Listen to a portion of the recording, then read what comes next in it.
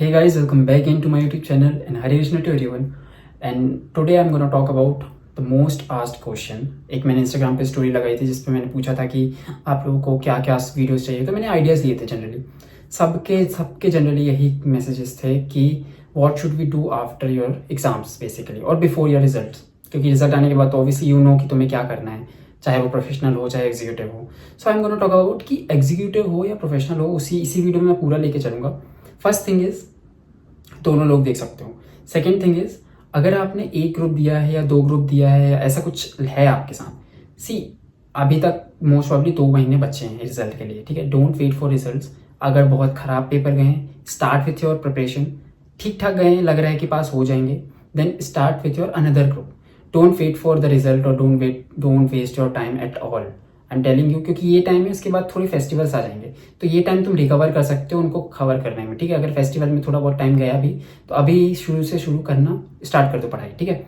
Second thing is अब चलो तुम्हारे एग्जाम्स हो गए हैं, अब you want to do some articleship, तो रिसर्च, डू सम रिसर्च. कहाँ करनी है, क्या क्या जॉब्स होती हैं, क्या क्या आर्टिकलशिप होती हैं, क्या क्या एक्सपोजर होते हैं. एक्सपोजर में बहुत सारी डिपेंड करता है यार.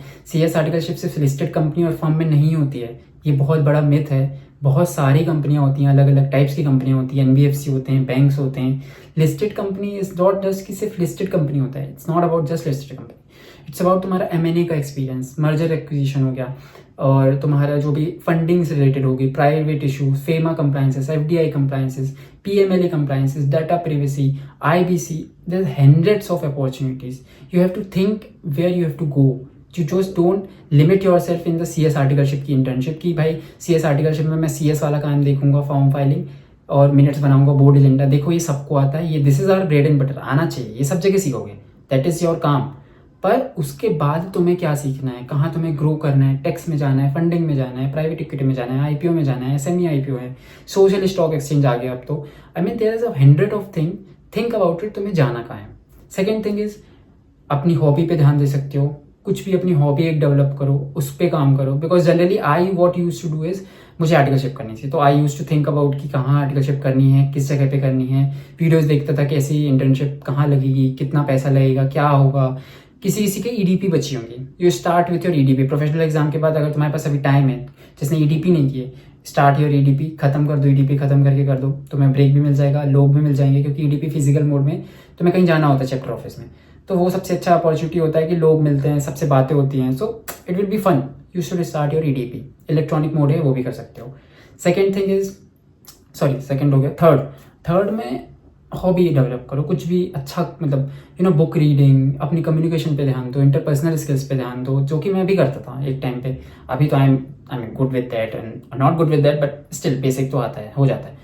So you should start your building your interpersonal skills. ठीक है.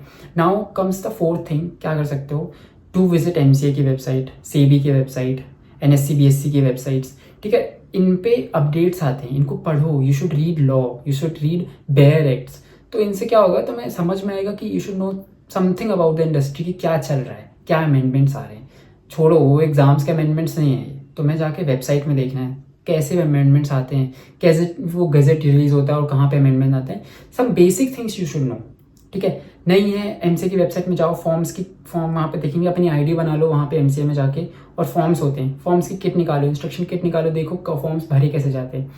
बेसिक चीज़ें समझ में आनी चाहिए. होल्डिंग सब्सिडी कंपनी क्या होता है, डायरेक्टर को लोन कैसे मिलता है, ये सारी चीज़ें बहुत कॉमन होती हैं हर कंपनी में. इशू कैसे होते हैं शेयर्स, राइट इशूज़ कैसे होते हैं, ये बहुत जनरल चीज़ें हैं. इस थोड़ी बहुत चीज़ें आनी चाहिए, बेसिक तो आनी चाहिए. देखो स्टार्ट कर रहे हो. नाउ हम रीडिंग लॉ हो गया, तुम्हारे हॉबीज़ हो गए. Start building something of your passion. तुम्हें कुछ इंटरेस्ट है, डू दोज थिंग्स. ट्रैवल करो, एंजॉय करो, break low.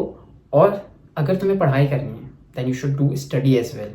So this is the basic structure कि भाई तुम्हें क्या 2 महीने में करना है. Also you can do courses, बहुत सारे कोर्सेज हैं यार मार्केट में. 2 महीने के 2 महीने एक्सेल सीख लो, MS वर्ड सीख लो.